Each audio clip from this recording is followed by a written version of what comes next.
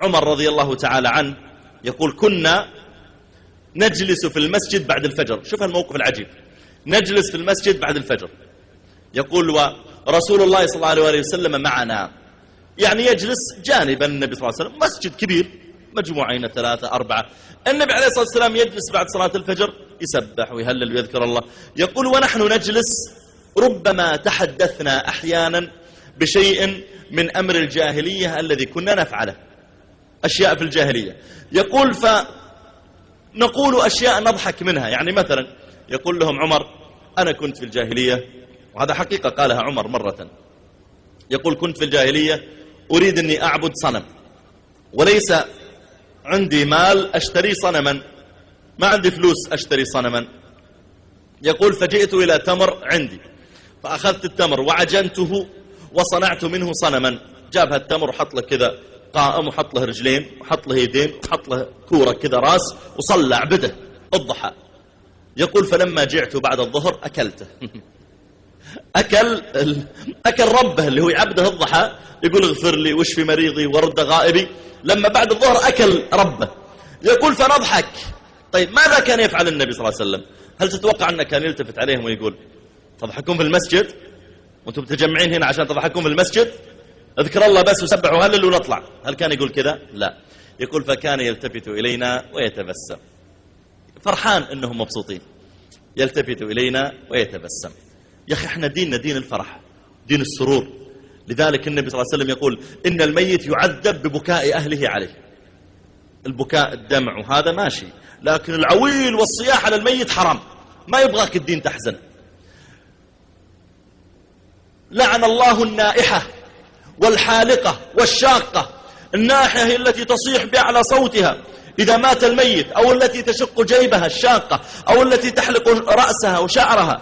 الدين ما يبغى يكون حالنا مكتئب ولا حالنا حزين ولا اللي يريد السرور والفرح والضحك. لكن مع ذلك كان النبي صلى الله عليه وسلم يمازح أصحابه ويضحك وينكت معهم، يعني وربما يعني استحدث النكات ويعني استحدث المزح معهم صلى الله عليه وسلم، ويمزح مع هذا ويمزح مع هذا.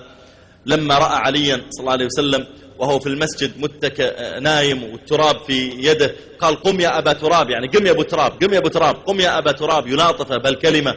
وكان صلى الله عليه وسلم يمازح أصحابه، وإذا واحد منهم ضاحك كان يضحك عشان يوسع صدره. أضحك ما دام تبغاني أضحك عشانك.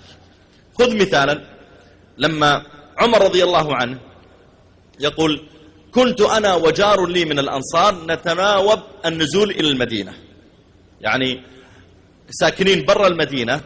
فيوم الأنصاري ينزل إلى المدينة يصلي مع الناس ويتقضى من السوق وكذا ويرجع، وعمر يكون يحفظ الإبل والبقر ويحفظ الزرع. بكرة عمر ينزل إلى المدينة والأنصاري يجلس يحفظ الأموال. يقول فنزل الأنصاري يوما وأنا جلست أحفظ المتاع، فتأخر الأنصاري ما رجع. يقول فلما كان في الليل أنا نمت خلاص، لما كان في الليل فإذا بي أسمع الباب يطرق وقائل يقول أثم عمر أثم عمر أثم، وين عمر وين عمر؟ يقول فخرجت إليه فزعا في نصف الليل. قال الأنصاري حدث بالمدينة اليوم أمر عظيم. قلت ما هو؟ جاء الغساسنة. الغساسنة قوم من نصارى العرب كانوا يسكنون في شمال الجزيرة. يقول كنا نتحدث أنهم سيغزونا. يوم لما قال حدث أمر عظيم قلت أكيد الغساسنة جاءوا وحنا ما استعدينا. قال لا، لكن حدث أمر أعظم وأطم. قلت ما هو؟ قال طلق رسول الله صلى الله عليه وسلم نساءه. عمر طبعا له علاقة في الموضوع، لأن بنت حفصة زوجة النبي صلى الله عليه وسلم فهي من نساء، هو داخل في الموضوع. يقول فنزلت أصلي الفجر مع النبي صلى الله عليه وسلم.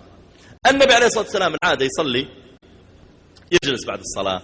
هل رأى أحد منكم رؤيا؟ ويسولف. المرة هذه صلى وقام وخرج، ما دخل إلى بيوته، دخل إلى غرفة منفردة وجعل عند الباب حارسا، ما يبغى يكلم أحد ولا يقابل أحد. عمر سأل الناس يا ناس إيش اللي حاصل؟ بدأ الناس يبكون يقولون والله ما ندري. قام عمر جاء إلى الحارس استأذن لعمر بدخل. جاء الحارس: يا رسول الله هذا عمر عند الباب يدخل؟ ما رد عليه. يا رسول الله عمر جاء يدخل ولا؟ ما رد عليه. يا رسول الله عمر، ما رد عليه. واضح النبي صلى الله عليه وسلم ما يريد يقابل أحدا. خرج قال: يا عمر أنا استأذنت 3 ولم يأذن. رجع عمر جلس في المسجد. إلى متى؟ إلى الظهر نبكي. قام استأذن لعمر: يا رسول الله هذا عمر، ما رد عليه. رسول الله عمر جاء مرتين ما رد عليه. رسول الله عمر عند الباب يدخل ولا؟ ما رد عليه. خرج الحارس قال: يا أخي استأذنت 3 ولم يأذن، ما يبغى يقابل أحد. دخل عمر على بنت حفصة فإذا هي تبكي. قال: طلقكن رسول الله صلى الله عليه وسلم؟ قالت: لا أدري، هو ذا جالس في المشربة، جالس في الغرفة، ما أدري، وهي تبكي. رجع استأذن لعمر. دخل الحارس: يا رسول الله هذا عمر يدخل ولا لا؟ ما رد عليه. يا رسول الله جاء مرتين، ما رد عليه. يا رسول الله، ما رد عليه. خرج قال: يا عمر استأذنت 3 ولم يأذن. خرج عمر ماشيا فقال النبي صلى الله عليه وسلم: ائذن له. رجع الحارس: يا عمر تعال تعال قد أذن. رجع عمر ودخل. شوف الآن الموقف العجيب. الآن يا جماعة النبي صلى الله عليه وسلم ضائق الصدر، متغير، ما يريد يكلم أحد. بينه وبين زوجاته مشكلة في النفقة: يا زدنا في النفقة، ما عندي فلوس إلا زدنا. مشكلة زوجية عادية. ثم أقسم ألا يدخل عليهن شهرا وجلس الحالة في غرفة.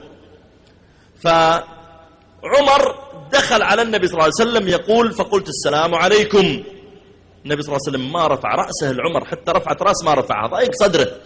يقول: وإذا هو متكئ صلى الله عليه وسلم على حصير وعلى وسادة من جلد حشوها ليف من ليف النخل.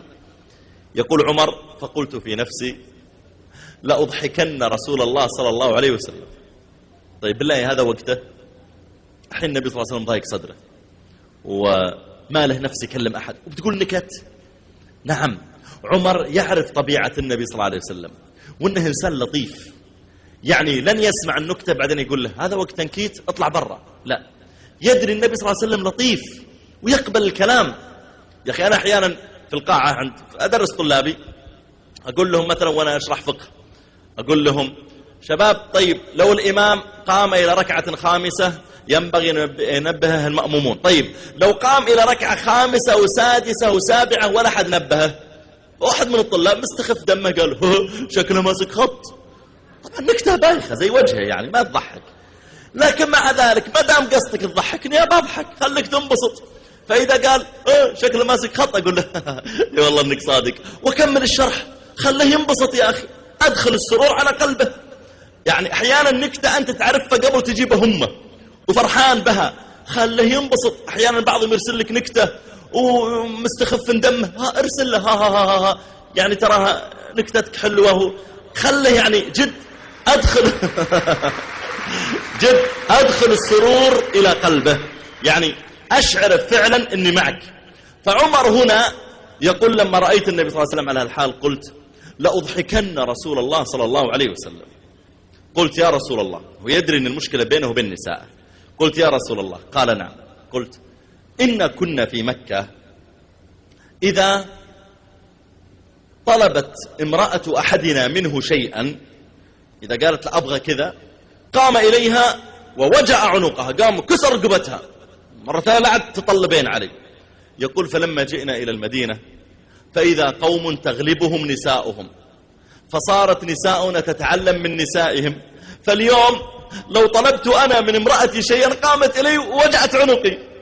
يقول: فالنبي صلى الله عليه وسلم رفع بصره إلي وتبسم، يضحك. ما دام يا عمر قصدك تضحكني أبى أضحك عشانك. يا أخي قدرة الإنسان يا جماعة على أنه يلاطف الناس ويجاملهم، هذا من الدين، هذا أجر. أحب الأعمال إلى الله أن تدخل على قلب أخيك المسلم سرورا.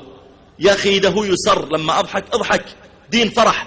لكن في هذه الوصية النبوية قال: ولا تكثر الضحك. مو بالقضية لا تضحك، لا تكثر. أن يصبح ما أدخل مواقع انترنت إلا ضحك، ما أقرأ كتب إلا ضحك، ما أرسل لأخوياي إلا ضحك، ما أشغل الراديو إلا على ضحك، ما أتابع في التلفزيون إلا اللي يضحكني. لا، هذا سيقسي قلبك، تصبح ما تخشع في صلاتك، ما تخشع في قراءة القرآن. لكن إذا كان عند الإنسان موازنة بين هذا وهذا يوفق.